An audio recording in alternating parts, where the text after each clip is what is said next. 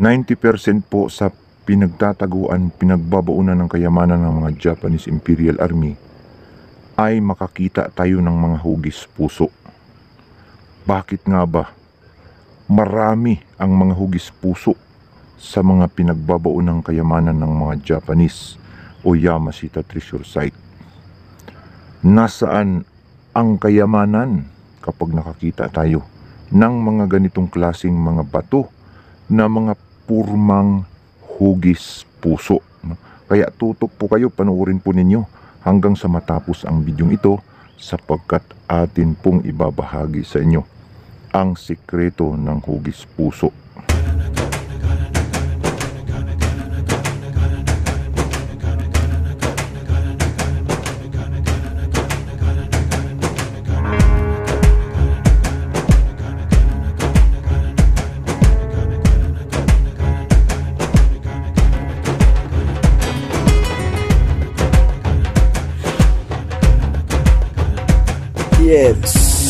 DH sign.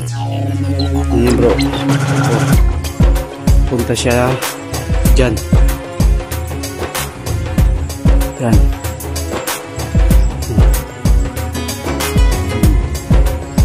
Yan mga bato. Magandang araw po sa inyong lahat. Mayong adlaw sa inyong tanan diha sa Kabisayaan ug Kamindanawan na imbag na adlaw kada kayo amin mga kakabsa tayo ng mga Ilocano. Assalamualaikum warahmatullahi ta'ala wa barakatuh. Luzon, Visayas, Mindanao hanggang Sabah. Tayo na naman po ay magbabalik sa isa naman pong napakagandang topic natin pong ibabahagi sa inyo sa araw po na ito tungkol po sa mga hugis puso. 90% sa mga pinagtataguan, pinagbabaunan ng mga Yamashita Treasure sa kabundukan ay may mga bato na mga hugis puso. Nakatago man ito, nakabaon man ito, or nasa itaas may mga nakaukit pa na mga hugis puso. Atin pong ibabahagi sa inyo yan maya-maya lamang kung nasaan ang kayamanan, ano ang sikreto ng hugis puso na kung saan ay tumutukoy sa mga kayamanang itinago, ibinaon po ng mga Japanese Imperial Army. Pero bago yan, tayo po muna ay magpapasalamat sa lahat po ng ating mga subscribers, bashers, haters. Maraming salamat po sa patuloy po ninyong pagsuporta, panunood po sa aking mga videos. At sa lahat po ng hindi pa nakapag-subscribe, pakipindot na lamang po ang subscribe button sa ibaba at ang notification bell para updated po kayo sa mga susunod kong i-upload. At bilang suporta rin po sa aking channel. So tayo na naman po ay diretso nga sa ating topic po. Pinaka-topic natin pag-uusapan na ibabahagi sa inyo ngayon tungkol po sa madalas napakaraming mga ibinabato sa ating katanungan mula po sa Messenger at sa ating mga Facebook page. Kaya atin po itong tatalakayin, although marami na po tayong na-vlog tungkol po sa mga hugis puso, pero hindi pa ito sapat para po maintindihan ng atin pong ibang mga kababayang Yamashita Treasure Hunter kung nasaan nga ba ang kayamanan kapag makakita tayo ng mga bato na mga hugis puso. Kaya klaruhin po natin ito kung nasaan ang kayamanan, sikreto ng mga hugis pusong bato na ito. So ang mga hugis puso ay isa pong palatandaan ng kayamanan Yamashita Treasure na kung saan ginawa po ito ng mga Japanese Imperial Army engineer bilang tanda sa kanilang itinagong kayamanan sa iba't ibang lugar sa bansang Pilipinas, sa mga kabundukan, maging sa syudad ay makakita din tayo ng mga hugis puso na kung saan pinagbabaunan ng kayamanan ng mga Japanese Imperial Army. Ito pong ating pagbabahagi tungkol po dito sa mga kahulugan ng hugis puso ay nagmula po ito sa Yamashita Treasure Code, Japanese Code. At dinadagdagan lang po natin ng analysation sa mga natuklasan po ng ating mga kababayan at mismong natuklasan po natin. Hindi po ito haka-haka, hindi po ito tinatawag na hula-hula, kung hindi ito po ay may basihan. Kaya sa mga nagsasabi na ito daw ay haka-haka lang, hindi po ito haka-haka, nakalagay po ito talaga sa mga kodigo ng mga Japanese Imperial Army. So, ang hugis puso, no, ay mga batong ginawa ng mga kamay ng mga Japanese Imperial Army.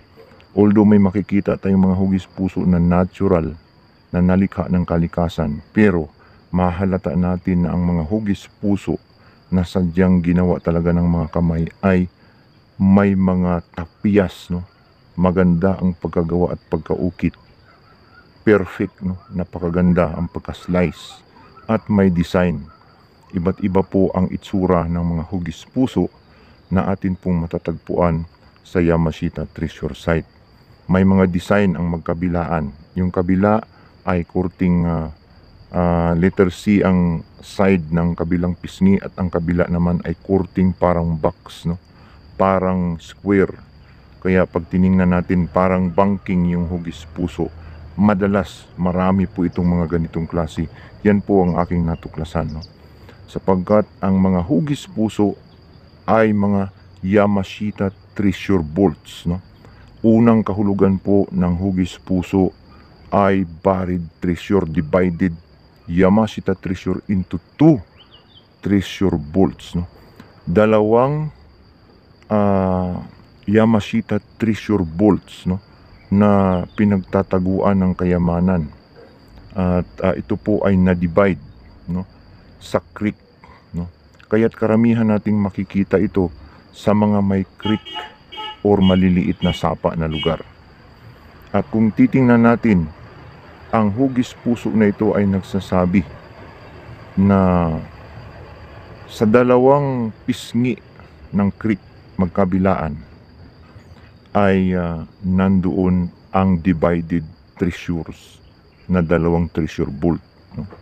Ibig sabihin multiple o Yamashita treasure, no, deposit. Marami na tagdadalawa. Sa buong lugar, sa buong kabundukan ay marami po ang mga creek at saka sapa. Kaya kung mayroong isang creek, mayroong isang sapa, ay mayroong inilalagay na hugis puso sapagkat ito po ay na-divide, hindi pinag-isa. Hinati po sa dalawa ang Yamashita Treasure Bolt at magkakasama nga po ang mga sign markers na triangle, no? Triangle na mga bato na nakapurmang triangle na mga bato, nakasinugang na mga bato at mga punong kahoy na nakatriangle sa magkabilaang pisngi ng creek, no? May mga pagong tayong makikita kasi involved ang creek sa Yamashita Treasure na ito na may hugis puso, no? Mayroon pang letter D, no? Number 1, number 4 at pyramid, sapagkat ito po ay the mountain treasures. Kalimitang nilalagyan nila ito ng hugis puso bilang palatandaan po sa division ng creek, divided into 2 Yamashita treasure. Kaya ang tumbok po ng hugis puso, kapag nakita natin yung mga batong hugis puso, ay maghanap kaagad tayo ng creek ng maliit na sapa. At doon sa kabilang pisngi ng bundok, sa magkabilaang pisngi, ay may laman. Yan po ang tinutukoy ng hugis puso. At ang itaas po, kapag nag-drone tayo, yung aerial view na ating makikita kung ano yung itsura ng bato na kinurting hugis puso, yun po yung itsura ng lugar ng may creek, no? Yung buong itsura ng area ay magiging parang hugis puso ito, sapagkat ito po ay isang Yamashita treasure map, ang mga hugis pusong malalaki. Paano naman yung mga hugis puso na nakaukit sa bato? Ang mga hugis puso na mga nakaukit sa bato ay nagsasabing tunnel treasures, no? Yamashita treasure na nasa loob ng tunnel, nakatanil. Ang karamihang kasama nitong mga sign ay mga letter T, letter C at mga triangles na naman, no? Na kung saan ito po ay direktang nagsasabi na hanapin ang tunnel na nakatago sa lugar. Kaya ang mga pintuan ng tunnel na ito ay nilalagyan po ng letter C. Kaya tandaan po natin yan, doon po ang pinto. So, sa lalim po, may mga nagtatanong gaano kalalim, gaano kababaw. Wala po tayong idea dyan sapagkat hindi po tayo ang nagbaon. At ang atin pong binibigyan ng analyzation, binibigyan ng kahulugan, yun lang pong ating nakikita ng mga sign markers. Depende po sa ating mga nakikitang sign markers. Doon po tayo nagbabase sa lalim at saka sa babaw. Yung tinatawag na malaking deposito, maliit na deposito, may mga sign markers po yan sa burial site ng Yamashita Treasure. So yun po yung mga possible meaning ng mga batong hugis puso at yung mga batong inukitan ng mga hugis puso. Ito po ay mga tunnel, tunnel kapag nakaukit ang hugis puso. At kapag matulis ang hugis puso, ito po ay pointer ng mga tunnel sa itaas. Kapag makakita tayo ng hugis puso na nakahiga, na matulis ang dulo, ito po ay arrow o pointer ng Yamashita Treasure na kung saan ang tinutukoy ay tunnel. Ang heart ay tunnel treasures at lagi itong tinatago sa loob ng tunnel. Nandoon po ang treasure vault nakaloob. Nandoon sa loob ng tunnel ang vaults na tinutukoy ng hugis puso na dalawa, divided into 2 treasure vaults. Hindi lang isa ang divided 2 treasure vaults, Ito po ay divided lagi kapag may creek. At alam natin sa mga kabundukan ay napakarami po ang creek at sapa. Kaya possible bawat isang sapa, bawat isang creek ay mayroong hugis puso na inilalagay ang mga Japanese Imperial Army. So ang hahanapin natin kaagad, tumbok ay ang creek na kung saan doon po ang tinatawag na divider ng Yamashita Treasure na divided into 2 Yamashita Treasure Vaults. Yan po ay ayon sa mga libro ng mga Japanese Imperial Army na atin pong nabasa o nakuhanan ng Yamashita Treasure Code. Hindi po yan gawa-gawa lang natin. May basihan po tayo dyan. At kapag nakabao naman ang mga hugis pusong ito, ay magiging pointer po ito sa ilalim kung saan magtatanil. Mayroong direksyon. Kung pagpatusok ang hugis puso, ay diretso sa ilalim. At kapag ito po ay pagilid, ay drift sa gilid. Paside ang hukay. Maaring papasok sa bundok, patanil. Drifting tunnel. At kapag pailalim naman ang tulis ay sinking tunnel. Ito po ay pointer ng Yamashita Treasure na tunnel ang tinutukoy ang mga hugis puso. At kapag may butas, may dot ang hugis puso, ay depende yun kung nasaan nakalagay ang butas. Kapag ang butas, drilled holes ay nasa gitna ng hugis puso, ay diretso sa ilalim ang Yamashita Treasure. At kapag sa mga gilid ito ay nagsasabi itong nasa gilid ng tunnel, depende kung saang gilid banda.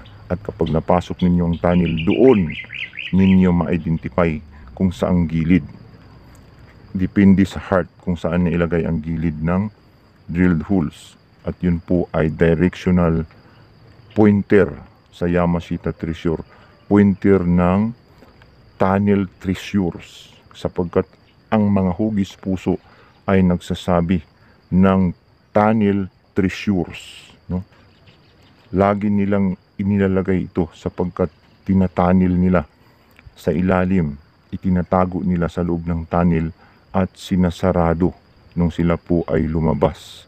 Kaya ito po ang sikreto ng mga hugis puso. Ang mga disenyo po ng mga hugis puso, hindi tayo magtaka, idagdag natin ito sapagkat may mga parang square ang gilid at mayroong parang letter C ang gilid. Ito po ay common at nadiskubre ko po ito na ang ibig sabihin ay may mga box gold bars, no, na itinago sa loob ng tunnel. Ito po ang ibig sabihin ng atin pong makikita na mga sign markers na ito, na mga disenyo sa mga hugis pusong ito. So sana po ay nagkaroon po tayo ng idea, nagkaroon po tayo ng kaunting kaalaman tungkol po dito sa mga kahulugan ng mga hugis puso, sikreto ng hugis puso. Nasa magkabila ang panig, pisngi ng creek, ang sikreto. Hanapin lamang ninyo ang mga arrow, ang mga triangles na nakaposisyon. Doon po malapit ang Yamashita Treasure. May mga palatandaan doon sa tamang digging spot. Hanggang dito na lamang po. Maraming salamat po uli sa patuloy po ninyong pagsuporta, panonood po sa aking mga videos.